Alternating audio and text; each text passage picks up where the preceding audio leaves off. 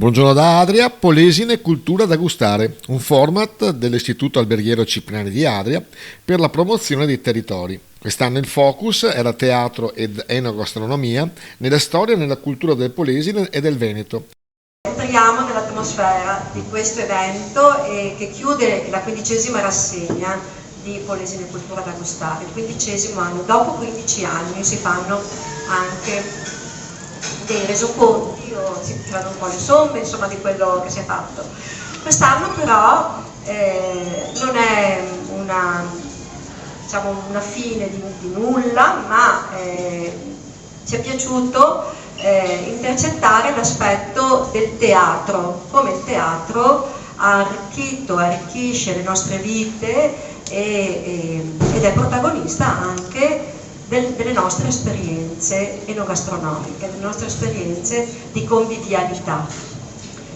Il teatro perché? Perché su impulso dell'associazione Tullio Serafin, maestro Tullio Serafin, grandissimo compositore e direttore d'orchestra di Cavarzere, qui rappresentata dalla professoressa Nicla Sguotti, ci ha detto: ma perché non pensiamo, facciamo un progetto anche sul teatro? E il teatro in effetti è una cosa molto importante. Se pensiamo che fin dall'antichità il teatro è quello che ci ha fatto vedere, ha messo a nudo quelle che sono le nostre passioni, i nostri desideri, i nostri difetti, ma anche il nostro essere società, è una cosa estremamente importante. Ma dal teatro viene il sogno, e il sogno nostro di oggi è quello di aver trasformato questa sala in un grande teatro, dove siamo tutti protagonisti, dove tutti possiamo agire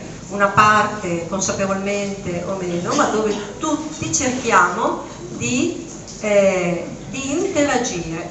D'altra parte la drammatizzazione del teatro non è altro che la drammatizzazione di quelle che sono le nostre aspirazioni.